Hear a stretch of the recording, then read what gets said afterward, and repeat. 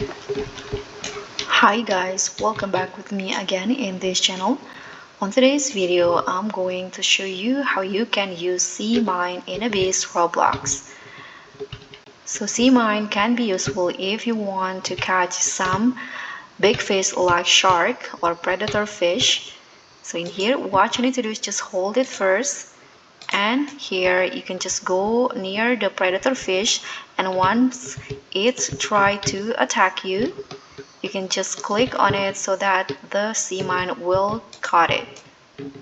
Okay, like that. So it will done some damage to the fish.